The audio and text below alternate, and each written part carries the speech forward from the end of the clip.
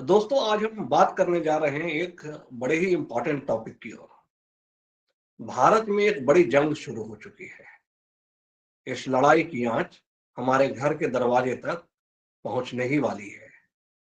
ये जंग हो रही है दुनिया के दो सबसे ताकतवर कारोबारियों के बीच, और इस जंग में जो भी जीतेगा वह भारत के डिजिटल भविष्य की दिशा तय करेगा, वही नैरेटिव को कंट्रोल करेगा और वही रिसोर्सेज को भी कंट्रोल करेगा।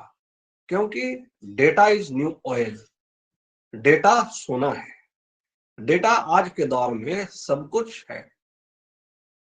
और ये दो ताकतवर अरबपति एक ही एम्बिशन को लेकर मैदान में ताल ठोक रहे हैं।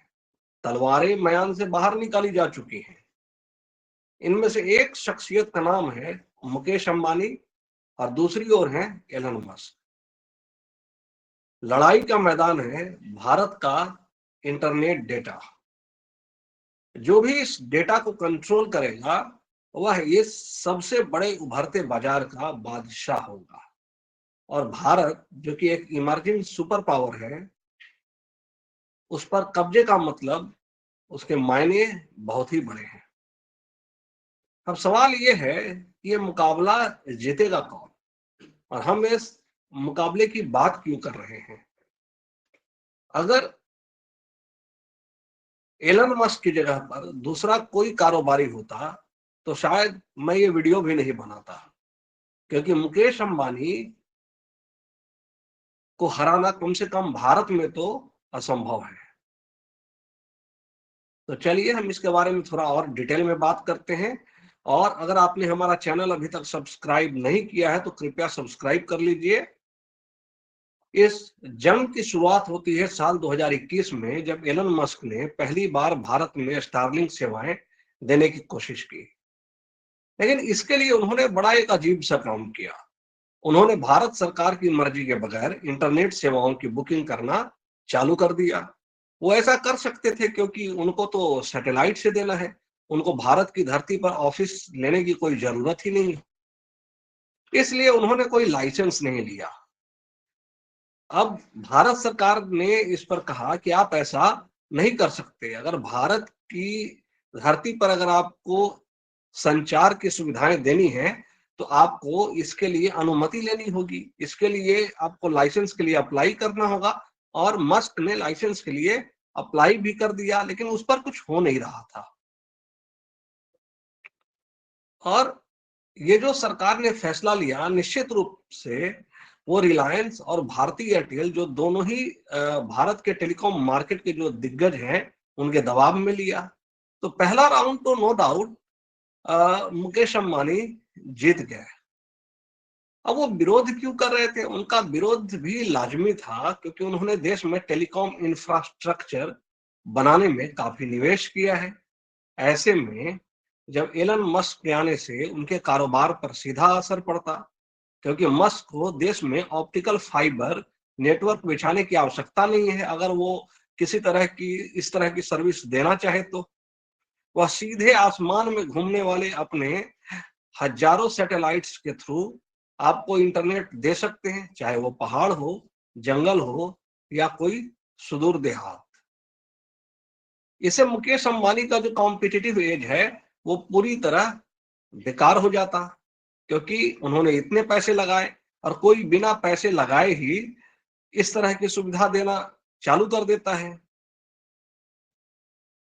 एलन मस्क का स्टारलिंक लो अर्थ ऑर्बिट सैटेलाइट्स का इस्तेमाल करता है, जो पृथ्वी से 160 से 1000 किलोमीटर की ऊंचाई पर होते हैं।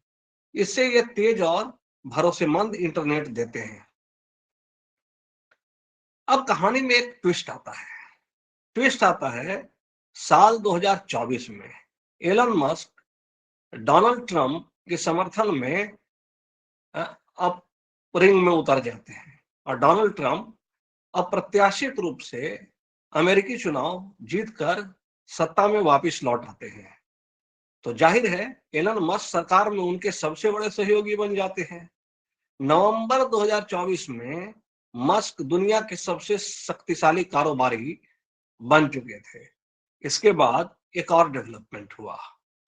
नवंबर में ही एक और डेवलपमेंट हुआ। भारत सरकार ने अचानक ऐलान किया कि मस्क की स्टारलिंक बिना किसी ऑक्शन के ही अपनी सेवाएं दे सकते हैं और इसके लिए उनको नीलामी में भाग लेने की भी कोई जरूरत नहीं है। जाहिर है कि एलन मस्क को इस फैसले से काफी खुशी हुई, उन्होंने इसका स्वागत किया। लेकिन अंबानी और भारतीय एयरटेल के सुनील मित्तल के तो पैरों तले जमीन खिसक गई।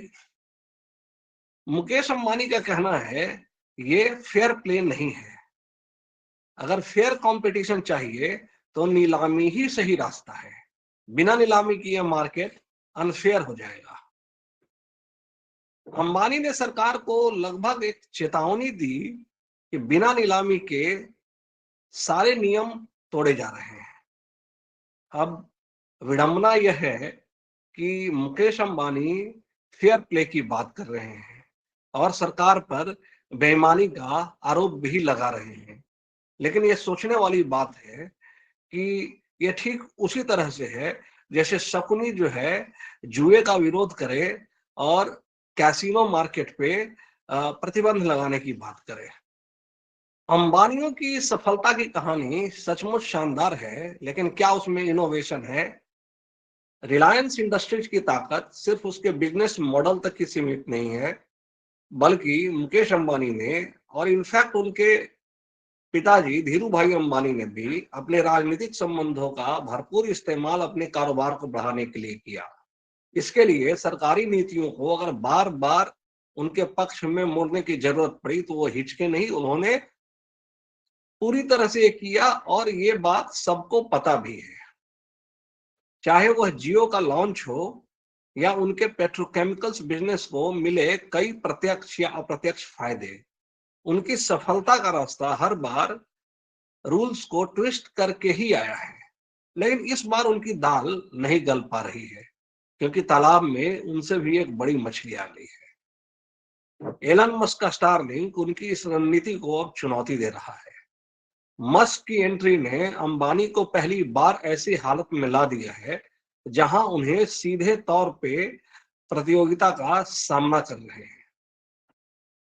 ऐसे में ये देखना इंटरेस्टिंग होगा कि वह क्या करते हैं, उनके मूव्स क्या होंगे, क्योंकि बाजार के एक्सपर्ट्स का मानना है कि मुकेश अंबानी या रिलायंस कभी भी प्रतियोगिता में भरोसा नहीं करती, बल्कि प्रतियोगियों को समाप्त कर देती है। वो पूरी तरह से मार्केट पर मोनोपोली चलाती है। अभी भी वही हो रहा है। बाजार में एयरसेल आइडिया, वोडाफोन जैसी तमाम बड़ी कंपनियां गायब हो चुकी हैं और एक तरह से एयरटेल और जियो का दबदबा हो गया है। उन दोनों के बीच में कार्टेल्स की खबरें भी मीडिया में आती रहती हैं। और ये वही अंबानी हैं जिन्होंने जियो से जब लॉन्च किया था तो किफायती डेटा प्लान्स के दम पे भारतीय टेलीकॉम बाजार को बदल कर रख दिया था। इसके लिए ट्राई के नियमों को भी उन्होंने धाता बताया था। इसका नतीजा ये हुआ कि कई छोटे छोटे प्लेयर्स और मीडियम साइज के जो प्लेयर्स थे वो समाप्त हो गए। अंबानी के बिजनेस मॉडल को समझने वाले यह भी कहते हैं कि अंबानी हमेशा ऐसा खेल खेलते हैं जहां मैदान उनका ही होता है, अंपायर भी उनका होता है और इस बार अंपायर ने उनके हिसाब से चलने से मना कर दिया है। इससे झुंझलाहट तो स्वाभाविक है, लेकिन इसमें एक रोचक बात यह है कि वह भारत सरकार या यूं कहें मोदी सरकार जो अब तक मुकेश अंबानी के साथ खड़ी दिखी है, इसके इसके लिए उस पर कई आरोप भी लगे हैं कि यह तो अंबानी अडानी की सरकार है, लेकिन सरकार को इससे कोई फर्क नहीं पड़ा। अचानक वह मुकेश अंबानी को नाराज करने का जोखिम क्यों मोल ले रही है? मेरे ख्याल से ये कैलकुलेटेड गैम्बल है। वो ये कि सरकार पर जो ये एक छवि बन गई है कि वह कुछ खास चंद उद्योगपतियों को फेवर करती है, यह आरोप भी धुल जाएगा। तो इसलिए सरकार ने ऑक्शन करने से मना कर दिया और मस्क को फेवर करने के लिए उसने नए टेलीकॉम एक्ट के शेड्यूल 1 का हवाला भी दिया।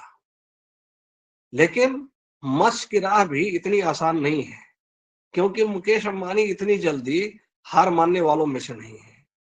दूसरी बात यह है कि मस्क अपनी सेवाएं तभी शुरू कर पाएंगे जब भारत सरकार के सुरक्षा संबंधी कंप्लायंसेज को वो पूरा करते हैं।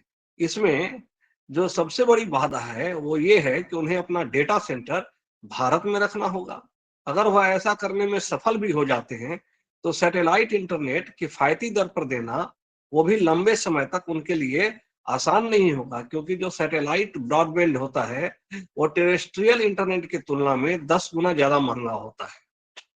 लेकिन मस्क के बैंक में जो पैसे की कोई कमी नहीं है। वो चाहे तो काफी लंबे समय तक सब्सिडाइज रेट पे वो सेवाएं दे सकते हैं और कंपटीशन को खत्म कर सकते हैं। तो दोस्तों, आज बस इतना ही। आप इस लड़ाई के बारे में क्या सोचते हैं? आप अपना कमेंट अवश्य दीजिए और चैनल को लाइक और सब्सक्राइब कीजिए। धन्यवाद।